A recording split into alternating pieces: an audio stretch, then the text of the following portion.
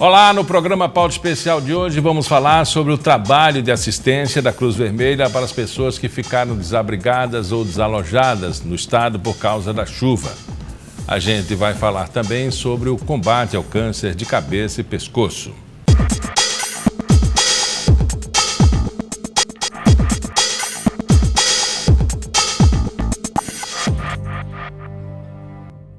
No mês de julho acontece o Dia Mundial de Conscientização de Combate ao Câncer de Cabeça e Pescoço. Para saber como esse tipo de câncer se desenvolve, eu converso agora com a oncologista Andréa Oliveira. Primeiro vamos falar do diagnóstico, da rede de atendimento. É fácil? Na verdade, assim, o paciente tem que buscar o atendimento, tem que se conscientizar dele, da procura, no SUS. Que aí a gente vai trabalhar com dois quadros, né? Paciente privado e paciente SUS. Vamos conversar sobre os pacientes que a gente acompanha no SUS, né? Que é a maioria dos nossos pacientes. Vai procurar o posto de saúde mesmo, ou o PAN Salgadinho aqui em Maceió, para procurar atendimento. Se tiver a suspeita, realiza-se, encaminha-se para a rede de especialidades, que geralmente a gente acompanha aqui ou no HU ou na Santa Casa, faz a biópsia e aí o oncologista é avaliado também pela equipe multidisciplinar para a gente direcionar o tratamento desse paciente. A gente está falando vamos dizer, de uma cronologia, de um fluxo. Isso. Não cronológico, porque o paciente está em casa e não sabe se tem câncer. Não. Para ele ir no médico, quando tem um ambulatório que possa atendê-lo, o médico não é especialista. Isso. É um generalista. Aí ele encaminha para o especialista, isso, caso tenha uma suspeita. Geralmente, e o generalista é realmente para identificar aqueles fatores que podem, aqueles fatores de risco, aqueles sintomas do paciente, para encaminhá-lo para o especialista. E aí o paciente tem que estar esclarecido, e por isso mesmo de conscientização, para a gente conscientizar essa população dessa necessidade dos sintomas, né? Paciente que está com uma lesão por mais de 3 semanas em cavidade oral, uma úlcera que também não cicatriza, né? Dor ao deglutir, paciente que tem uma rouquidão, sintomas que vai e voltam. Esses são sintomas, são sinais de alerta para a gente estar procurando o atendimento. Foi avaliado pelo médico generalista, foi visto que de fato precisa-se de um acompanhamento. Pode ser feita biópsia, às vezes, com o dentista, dependendo do local. O dentista também consegue fazer esse diagnóstico, né? E aí se encaminha para uma rede terciária. Se a gente comparar as duas situações, cabeça e pescoço, é totalmente diferente do seio, do peito, né? Que ao se tocar, a pessoa identifica uma possibilidade e precisa ir no especialista. Cabeça e pescoço, como a médica falou, depende de um ferimento, né, que não sara. Mas na cabeça, doutora, é uma dor de cabeça que às vezes nunca apareceu, que aparece e já é um problema. E assim, você falou do câncer de mama, a gente tem alguns tipos de cânceres rastreáveis, né? O câncer de mama, com a mamografia, né? O câncer de colo uterino, com o Papa Nicolau, o câncer coloretal, que a gente faz a colonoscopia e que tem o sangue oculto nas fezes. Mas o câncer de cabeça e pescoço não é um câncer, como a gente fala, que é rastreável, né? Você tem que identificar os sintomas, realmente, e até às vezes o acompanhamento, o check-up de rotina mesmo. Tem pacientes que têm um sintoma ali persistente e aquilo ficou tão habitual que ele nem acha que é sintoma. Nem acha que não é nada, né? E às vezes confunde o diagnóstico, né? Isso. Com dores de cabeça, com um problema, pode ser um AVC, um aneurisma, enfim, são diagnósticos que confundem a situação. Por isso a importância do esclarecimento, da conscientização e da visita ao médico. Como é que o paciente deve agir? Ele está em casa e tem uma dorzinha de cabeça de vez em quando.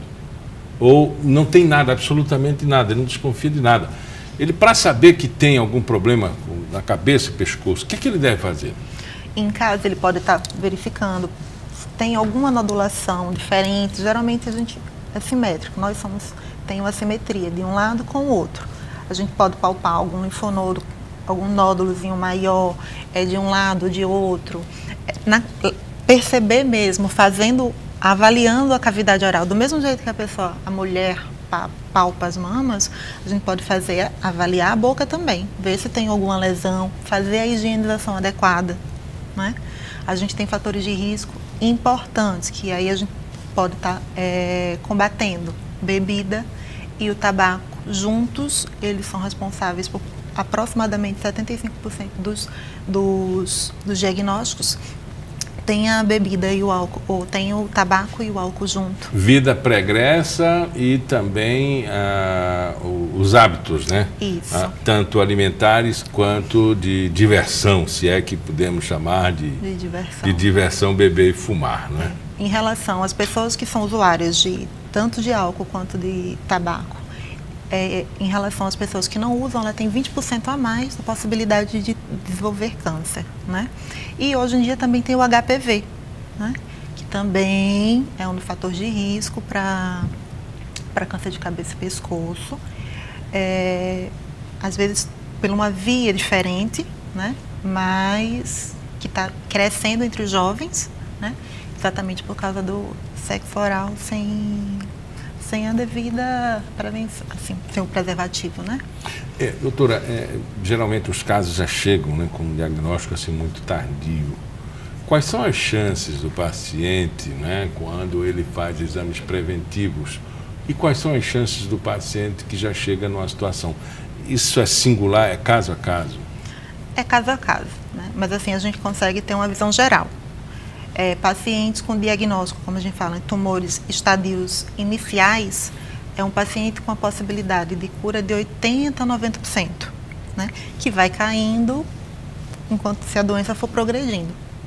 Infelizmente, a gente faz ainda diagnóstico realmente um pouco mais de casos mais avançados. Então, cada vez a sobrevida vai diminuindo, né? 60%, 50% dos casos. Por isso a importância do diagnóstico precoce, que aí a gente consegue altos índices de cura, 80% a 90%. Dada a dificuldade da população em geral ir ao médico e fazer um diagnóstico preventivo, né? Qual é a avaliação que os médicos fazem da atual rede de atendimento? Avaliando aqui o estado da gente, é deficiente, né? Para o paciente chegar aos postos de saúde para conseguir atendimento, não é fácil, né? Muitas vezes o paciente tem que enfrentar fila para estar conseguindo esses atendimentos. Para o paciente ir para o serviço do especialista, ele tem que estar passando pelo esse atendimento primário, que às vezes também não é fácil. Porém, para os pacientes com suspeita de câncer, existe uma lei que tem até 60 dias, pelo menos, para isso daí correr. Exatamente porque a gente sabe que o tempo é importante, né, para o paciente oncológico, né? Mas ele primeiro tem que ser avaliado e visto que é um potencial paciente oncológico para poder correr com isso. A senhora falou que a Santa Casa e o HU são os locais que atendem as referências, né? No Pan Salgadinho existe algum ambulatório que é destinado a esse tipo de paciente, existe, que faz uma atenção especial? Existe. Tem ambulatório sim que faz, inclusive para paciente de cabeça e pescoço, tem equipe lá que pode estar fazendo essa avaliação também. Uhum. O paciente pode estar tentando buscar atendimento. Uhum. O paciente está em casa, ele tem um ferimento na boca ou na língua que de forma insistente está ali, né? E, de vez em quando ele eclode, ele pode até achar que é uma afta, fazer outros tipos de tratamento. Não estou dizendo que são todos os casos, mas o que esse paciente deve fazer? Buscar atendimento, ou no Pan Salgadinho, ou nos postos de saúde da cidade. Ele tem que ser atendido. Os casos de câncer de cabeça, né, tumores, alguns são mais incisivos, mais letais, outros não. Como qualificar? Deixa eu só fazer uma diferenciação. Nesse mês, quando a gente fala câncer de cabeça e pescoço, a gente não fala de tumor do sistema nervoso central. Tá? Tumor de cabeça, a gente geralmente costuma falar de cavidade oral, tanto de faringe, laringe, tá? E os tumores do pescoço, incluindo a tireoide também, tá certo?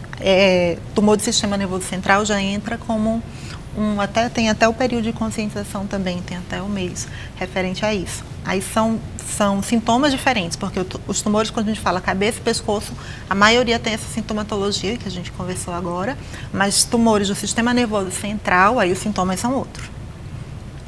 Aí pode entrar de fato dor de cabeça importante, primeira crise convulsiva, paciente sem história prévia de crise convulsiva, algum déficit neurológico também novo, diminuição da força muscular, dormências, entendeu? São sintomas diferentes. Como é que está a medicina hoje? Novas drogas, novos tratamentos que atenuam a doença e não atacam muito o paciente, porque de qualquer maneira a droga, o químio, a radioterapia, elas agridem muito o corpo da pessoa, né? Tumores de cabeça e pescoço, normalmente a gente trata com ou cirurgia, né?